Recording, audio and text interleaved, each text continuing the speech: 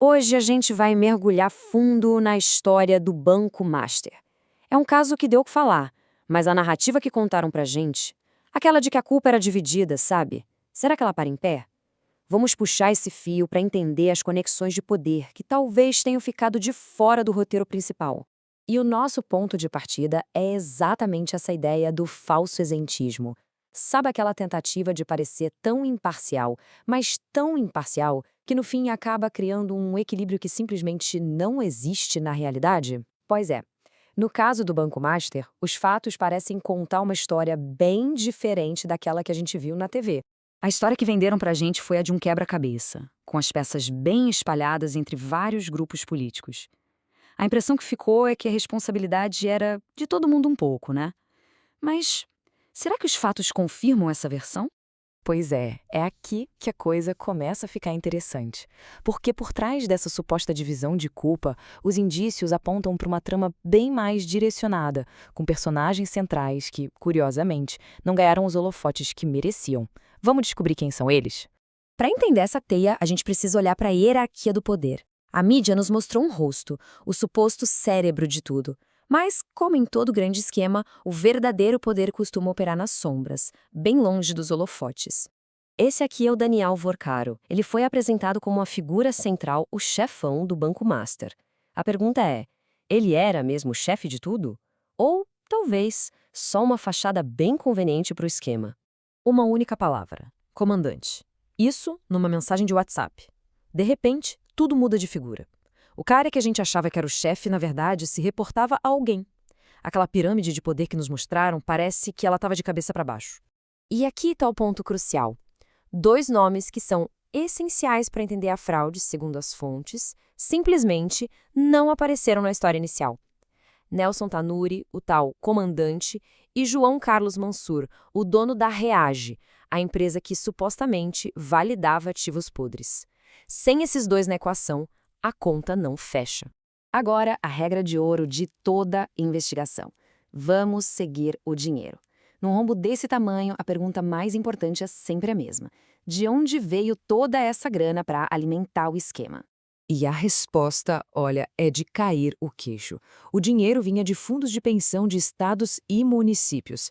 Estamos falando de governos comandados por figuras como Cláudio Castro, Wilson Lima e Ibanez Rocha, que teriam injetado bilhões de reais do dinheiro da aposentadoria de trabalhadores direto no Banco Master. 8,5 bilhões de reais. É uma quantia tão absurda que a gente nem consegue visualizar. É uma fortuna que, segundo as investigações, simplesmente sumiu dos cofres públicos. E para a gente ter uma dimensão do tamanho do desastre, se liga nisso, o valor da fraude é maior que o orçamento do Brasil inteiro para ciência e tecnologia num ano. Pensa bem, enquanto áreas vitais para o nosso futuro perdem verba, essa montanha de dinheiro teria ido parar num esquema.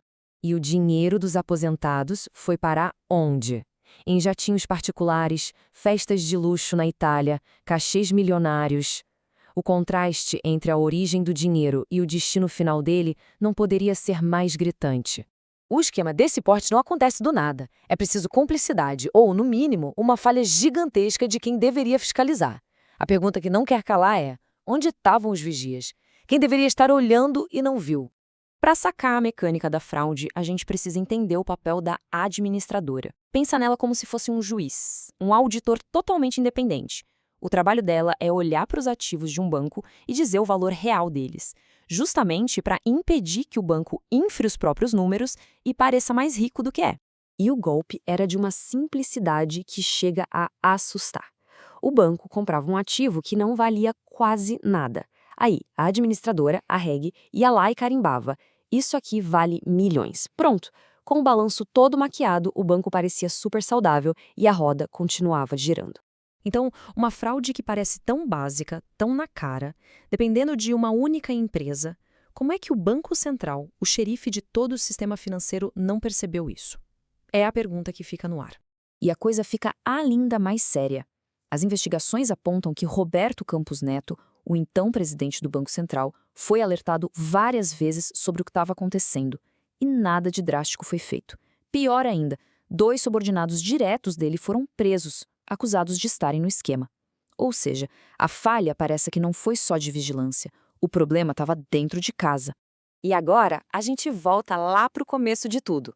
Se os indícios eram tão fortes e apontavam para um lado específico, por que a mídia se esforçou tanto para criar essa narrativa de equilíbrio? Bom, uma possível resposta está nas conexões corporativas. Vamos seguir a trilha de Roberto Campos Neto depois que ele saiu do governo. Ele virou membro do conselho de um dos maiores bancos digitais do país, o Nubank.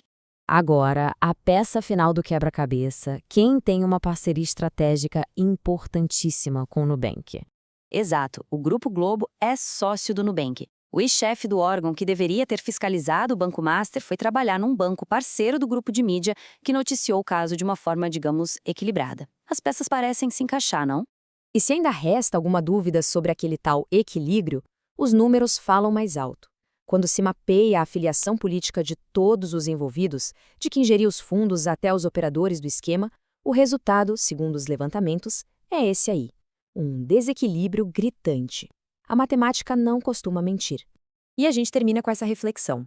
Aquilo que foi apresentado como equilíbrio jornalístico era, de fato, um retrato da realidade ou uma distorção conveniente? E se for o caso? Fica a grande questão. A quem serve um jornalismo que equilibra o que, na verdade, é completamente desequilibrado?